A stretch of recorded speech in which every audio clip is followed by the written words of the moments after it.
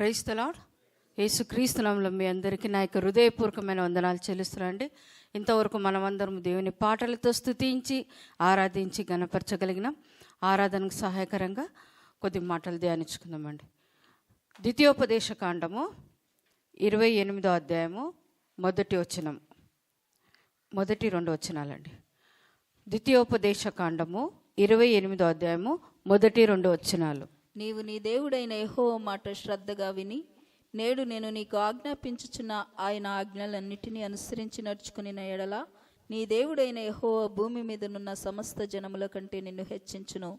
నీవు నీ దేవుడైన యెహోవా మాట వినిన ఎడల నీ దీవెనలన్నీ నీ మీదికి వచ్చి నీకు ప్రాప్తించును.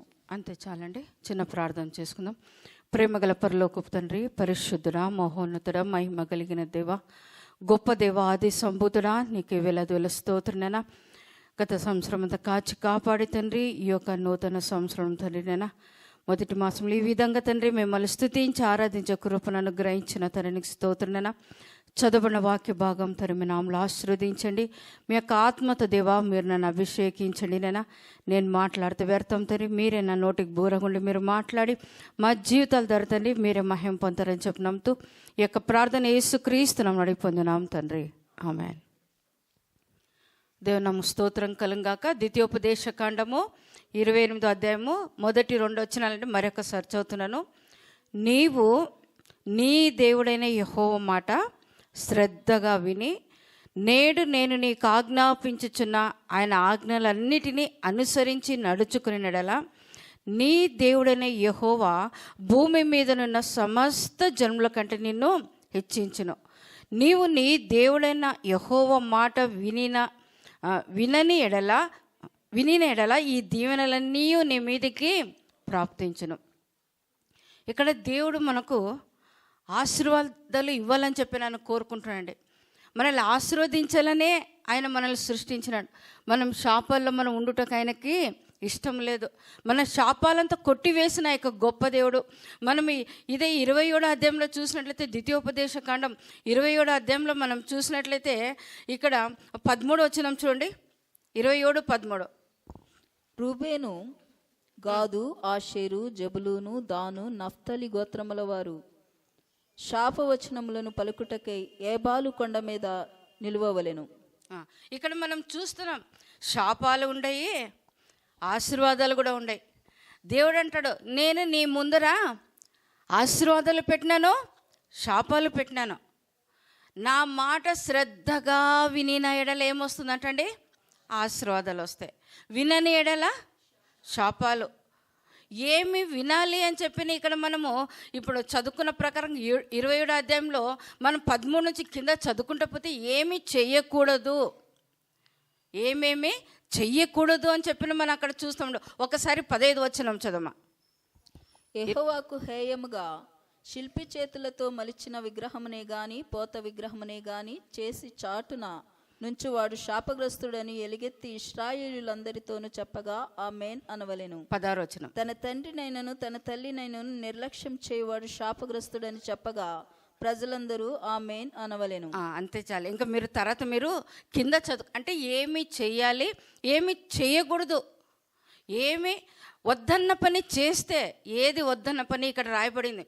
ఈ పనులన్నీ చేస్తే మీకు ఏమొస్తుంది? శాపాలు వస్తాయి. కానీ నేను చెప్పే మాట మీరు ఎట్లా వినాలి? శ్రద్ధగా వినాలి. శ్రద్ధగా.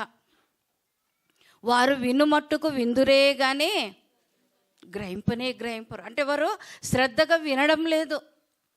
దేవుని కార్యములు అశ్రద్ధగా చేయవాడు శాపగ్రస్తుడు. అశ్రద్ధగా చేస్తే ఏమొస్తుంది? శాపం వస్తుంది. శ్రద్ధగా చేస్తే ఆశీర్వాదాలు వస్తాయి. అందుకే ఇక్కడ అంటున్నాడు, యెహోవా మాట శ్రద్ధగా విని నేడు నేను నీకు ఆజ్ఞాపించుచున్న ఆయన ఆజ్ఞలన్నిటినీ అనుసరించి నడుచుకొని నెడల నీ దేవుడైన యెహోవా ఏం చేస్తాంటండి? భూమి మీదనున్న సమస్త జన్ముల కంటే నిన్ను హెచ్చించును. ఏం చేస్తానంటండి? అందుకే కీర్తనలు 91వ అధ్యాయము 14వ వచనంలో ఏముందండి? అతడు నన్ను ప్రేమించుచున్నాడు గనుక నేను అతను తప్పించదను, అతడు నా నామమును ఎరిగినవాడు కాబట్టి. మనము దేవుని యొక్క నామంను ఎరిగితే దేవుడు ఏం చేస్తాడంటే ఘనపరుస్తాడంటండి. దేవుని నామంని ఎరిగి ఆయన ఇష్ట ప్రకారంగా మనం జీవిస్తూ మనల్ని ఘనపరుస్తాడంట. ఎక్కడికి వెళ్ళినా దేవుడు మనకు ఘనత ఇస్తాడండి. మనకు ఘనత ఇచ్చే దేవుడు. గాడిదకు ఘనత ఎప్పుడు వచ్చిందండి? అంతకుముందు ఎక్కడున్నది? అది కట్టబడి ఉన్నది. కానీ ఎప్పుడైతే దాన్ని విప్పుకొని తీసుకొని యేసు ప్రభు దగ్గరికి వచ్చినారో, ఊరికే యేసు ప్రభు దగ్గరికి వస్తే కాదు దానికి ఘనత వచ్చింది. యేసు ప్రభు ఎప్పుడైతే దానిపైన కూర్చున్నారో, అంటే యేసు ప్రభు ఎప్పుడైతే మన జీవితంలో ఉంటారో అప్పుడే మనకేమొస్తుంది? ఘనత. యేసు ప్రభు మన జీవితంలో ఉన్నాడంటే మన జీవితంలో ఏం రావాలి? మార్పు రావాలి. ఒకప్పుడు కట్టబడి ఉంటే మనము, కానీ ఇప్పుడు యేసు ప్రభు దగ్గరికి తీసుకొని వచ్చినాం. యేసు ప్రభు మనలో ఉన్నాడు కాబట్టి మనము యేసు ప్రభుకే మహిమకరంగా జీవించాలి. దేవుని యొక్క చిత్తానికి మనం లోబడాలి. అంత మన స్వనీతిని అనుసరించుకొని మనము జీవించుకోకుండా దేవుని చిత్తమేదో మనం పరీక్షించుకొని, దేవా నేను ఏ విధంగా జీవిస్తే నీకు మహిమ ఉంటుంది ప్రభా, నీకు ఇష్టకరంగా ఉంటుందో ప్రభా, ఆ విధంగా జీవించుటకు సహాయం దయచేయమని మనం ప్రార్థన చేసుకోవాలి. ఎప్పుడు కొన్నిసార్లు మనకై మనం ఇష్టపడి ఏమనుకుంటాం, ఇదైతే బాగుంటుంది, ఈ మార్గం అయితే బాగుంటుంది, ఇదైతే అనుకూలం ఉంటుందని మనం అనుకుంటాం. కానీ దేవునికి ఇష్టం లేకున్నప్పుడు అది మనకు క్షేమకరం కాదు. మనకి ఇష్టం వచ్చినప్పుడు అనుకుంటే ఇది దేవుని చిత్తమేదో అనుకుంటాం మనం. కానీ మనం ప్రార్థన చేయాలి, ప్రభా ఇది నీ చిత్తమా? అందుకంటాడు నీ మార్గాలు ఎవరికి అప్పగించాలండి? యెహోవాకు అప్పగించు. అప్పుడు ఆయన ఏం చేస్తాడు? సరళం చేస్తాడు. అది ఎంత కఠినమైన సమస్య ఉన్నది. దేవుని చిత్త ప్రకారంగా మనం జీవిస్తే అన్ని మార్గాలు సరళమవుతాయండి. దేవుని ప్రకారంగా మనం జీవించుకోకుండా అంటుంటారు కదా, గోడ దెబ్బ చెంపదెబ్బ, రెండు విధాలుగా మనకు దెబ్బలు తగులుతూ ఉంటాయి. కానీ ఎప్పుడైతే మనం దేవుని చిత్త ప్రకారంగా జీవిస్తామో దేవుడు మనల్ని చాలా గొప్పగా ఆశీర్వదిస్తాడు. అందుకంటాడు యెహోవా మాట ఎట్లా వినాలి? శ్రద్ధగా వినాలి. మనము ఎవరండి ఆమె లుదియా జీవితంలో మనం చూసాడా, ఎంతోమంది స్త్రీలు ఉన్నారండి, అందరూ వింటున్నారు. కానీ దేవుడు ఎవరు హృదయం తెరిచినాడు? లుదియా హృదయం. అందరూ రావాలంటే వచ్చినారడ. అపోస్తలుల పౌలు వాక్యం చెప్తున్నాడు, కూర్చొని వినాలి అంతే. కొందరు ఊరికే రావాలంటే నమ్మకార్థంగా వస్తుంటారు. కానీ ఈమె అన్యురాలు అయినప్పటికి కూడా ఒక దేవుని యొక్క భయభక్తి ఉందండి ఆమెకి. ఎవరు నిజమైన దేవుడు ఉండడు, ఆయన తెలుసుకోవాలని ఒక ఆశ ఉన్నది. ఆశ గల ప్రాణాన్ని దేవుడు తృప్తిపరిచే గొప్ప దేవుడు. ఆమె తను చేస్తున్న బిజినెస్ అన్నీ ఏం చేసిందండి? ఆమె బిజినెస్ చేయుటకే వస్తూ ఉంది, ఆమె మార్గంలో వస్తూ ఉంది. కానీ ఎప్పుడైతే వారందరూ కూడి దేవుని యొక్క వాక్యం వింటుండ్రని చెప్పి తెలిసిందో ఆమె వెళ్ళింది. ఏమో చెప్తున్నాడు ఈ యొక్క సేవకుడు, ఆమె మాటలు ఆయన యొక్క మాటలు వినాలి శ్రద్ధగానేనని వచ్చింది. ఆడ కూర్చొని వాక్యం విన్నది కాబట్టి దేవుడు ఏం చేసినాడండి, ఆమె యొక్క హృదయాన్ని తెరిచినాడు. కాబట్టి ఆమె ఆశీర్వదింపబడింది. ఆమె ఒక్కటే కాదండి, ఆమె కుటుంబం అంతా రక్షింపబడి బాప్తీసం తీసుకున్నట్లుగా మనం చూస్తున్నాం. కాబట్టి దేవుని యొక్క కార్యాలు ఎట్లా చేయాలంటే శ్రద్ధగా, ఎవరో చెప్తున్నారని బలవంతంగా చేసేది కాదండి. బలవంతంగా మనం ఎంత కష్టపడి చేసినా కూడా మనకు ఆశీర్వాదాలు కాదు. మనం దేవునికి ఇచ్చే కార్యం కూడా సంతోషంగా ఇచ్చేవారిని దేవుడు ఎంతగా ఆశీర్వదిస్తాడు. సనుక్కుంటా గొనుక్కుంటా దేవుడు అంటాడు, నువ్వు సనుగుడు గొనుక్కుంటా ఇచ్చేది నాకే వద్దు, నువ్వు ఏమి ఇస్తావో అది సంతోషంగా అంటాడు. అందుకే అంటాడు యెహోవా మాట శ్రద్ధగా విని నేడు అంటే ఎప్పుడండి? ఈరోజు. మీరు ఎప్పుడన్నా చదవండి ఈ మాట ఎట్లుంటుంది? నేడు నేడు నేడు. దేవుడు ఇంకా ఎవరైనా వినడం లేదేమో, నేడు ఈరోజైనా మీరు ఏమండి, నేడు నేను మీకు ఆజ్ఞాపించుచున్న ఆజ్ఞలన్నిటిని అనుసరించి నడుచుకుని నడల నీ దేవుడని యెహోవా నిన్ను సమస్త జన్మల కంటే నిన్ను హెచ్చించును. నీవు నీ దేవుడని యెహోవా మాట వినిన ఎడల ఈ దీవెనలన్నీ నీ మీదికి వచ్చును. ఏమండి, నువ్వు పట్టణంలో దీవింపబడదు, పొలంలో దీవింపబడదు, నీ గర్భఫలము, భూఫలము, నీ పశువులు, అబ్బా ఇంకా చెప్పుకుంటూ పోతే అంటే ప్రతి ఒక్క స్టెప్ బై స్టెప్ దేవుడు ఏం చేశాడంటండి మనం. అందుకే ఎవరైనా అబ్రహాము ఎటువంటి ఒక స్థలంలో కాలు పెట్టినాడండి? లోతు అయితే మంచిగా బాగున్న ఒక స్థలంలో పెట్టినాడు, ఈయనైతే చౌటి భూమి, ఏమి పండని భూమి. కానీ ఎప్పుడైతే ఆయన కాలు పెట్టినాడో దేవుడు దాన్ని ఎట్లా బంగారంగా మార్చినాడండి. అందుకే దేవుడు అంటాడు, నువ్వు ఎక్కడికి వెళ్ళినా నేను నిన్ను ఆశీర్వదిస్తాను, నేను నీతో ఉంటాను, నేను నిన్ను ఆశీర్వదించే వరకు నేను నిన్నే విడవను అంటాడు. కాబట్టి దేవుని యొక్క మాట శ్రద్ధగా వినిన ఎడల నీ పొలమేమి, నీ పంట ఏమి, నీ పశువులేమి, నీ పిల్లలేమి, నీ గర్భఫల విషయమేమి, ప్రతి ఒక్క విషయంలో దేవుడు నువ్వు బయటికి పోయినప్పుడు ఆశీర్వదింపబడదు, లోపలికి వచ్చినప్పుడు కూడా నువ్వు ఆశీర్వదింపబడదు అని ఇక్కడ మనం చూసిన మనకు అంటే మన రేషన్ ఏమి ప్రతి ఒక్కటండి, ఎక్కడ కూడా దేవుడు కొరత లేకుండా చూసుకుంటాడంట. అంతేకాదు 9వ వచనం చదవండి, 28:9. నీవు నీ దేవుడైన యెహోవా ఆజ్ఞలను అనుసరించి ఆయన మార్గములలో నడుచుకుని ఎడల యెహోవా నీకు ప్రమాణం చేసి ఉన్నట్లు ఆయన తనకు ప్రతిష్ఠిత జనముగా నిన్ను స్థాపించును. ఏమంటండి, నీవు నీ దేవుడైన యెహోవా మాట, ఇక్కడ చెప్పేదని ఒక్కటే అండి, దేవుని యొక్క మాట వినాలి, ఆజ్ఞలు గైకొనాలి. నీ దేవుడైన యెహోవా ఆజ్ఞ అనుసరించి ఆయన మార్గములలో నడుచుకునిన ఎడల, నడుచుకున్నప్పుడే ఏం చేస్తానంటే యెహోవా ఏమంటే యెహోవా నీకు ప్రమాణము చేసినట్లు ఆయన తనకు ప్రతిష్ఠ జనముగా నిన్ను స్థాపించును. భూ ప్రజలందరూ యెహోవా నామమున నీవు పిలువబడుట చూచి నీకు భయపడదు.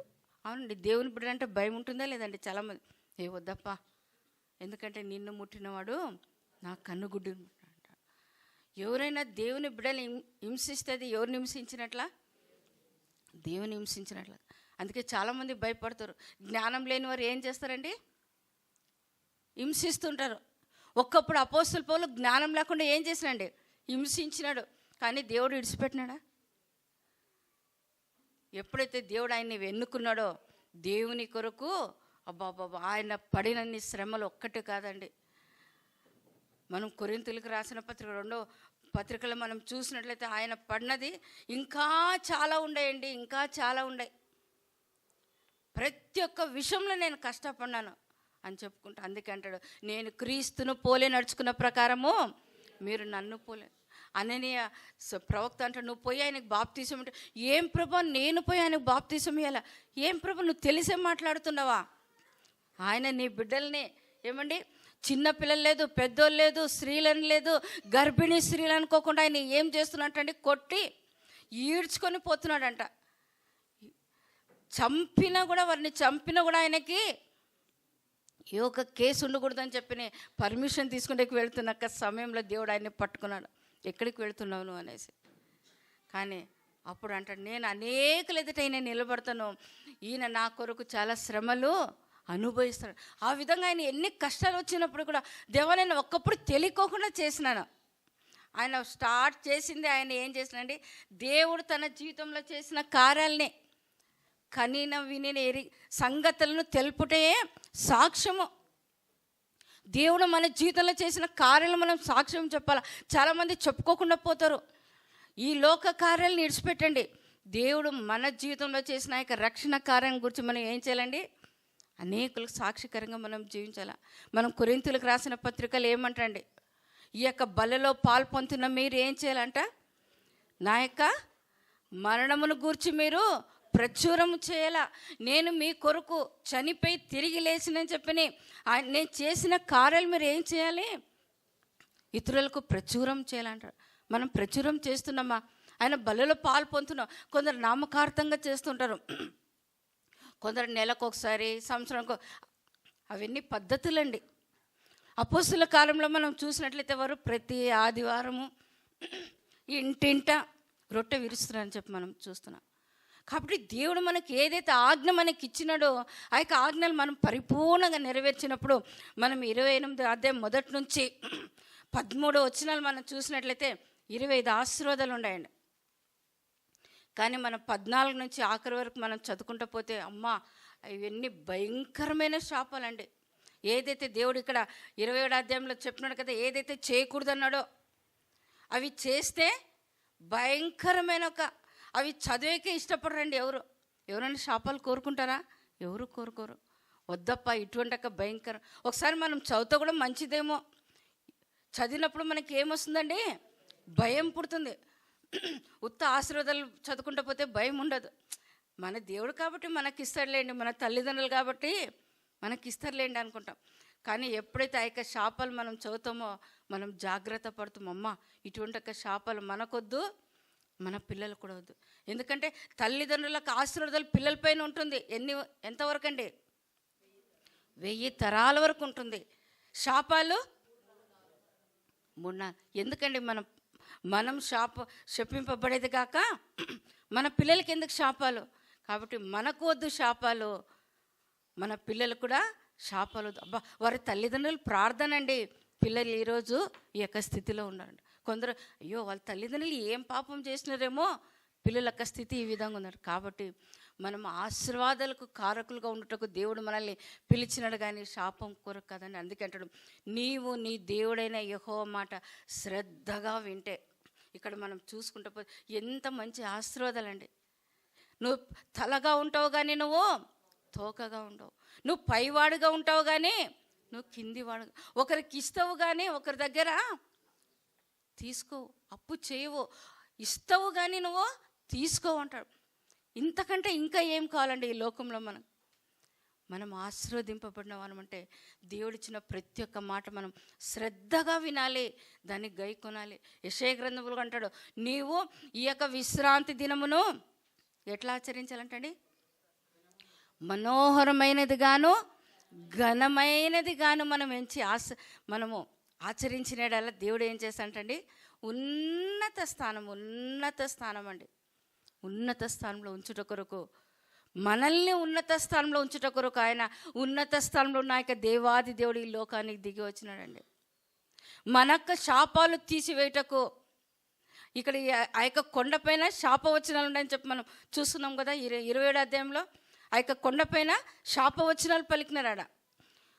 యేసుప్రభు ఆ యొక్క గొల్గొతా కొండపైన మన యొక్క శాపాలని తీయటకు ఆయన ఆ యొక్క కొండపైన మన కొరకు బలైనట్లుగా మనం చూస్తున్నాం. కాబట్టి మనకు శాపాలు తొలగించుటకు వచ్చిన యొక్క దేవాది దేవుని మనం జ్ఞాపకం చేసుకుంటూ, ప్రభా నువ్వు ఏదైతే నాకు ఆజ్ఞాపించినవో ఆ యొక్క ఆజ్ఞలను నేను పరిపూర్ణంగా గైకుంటాను ప్రభా.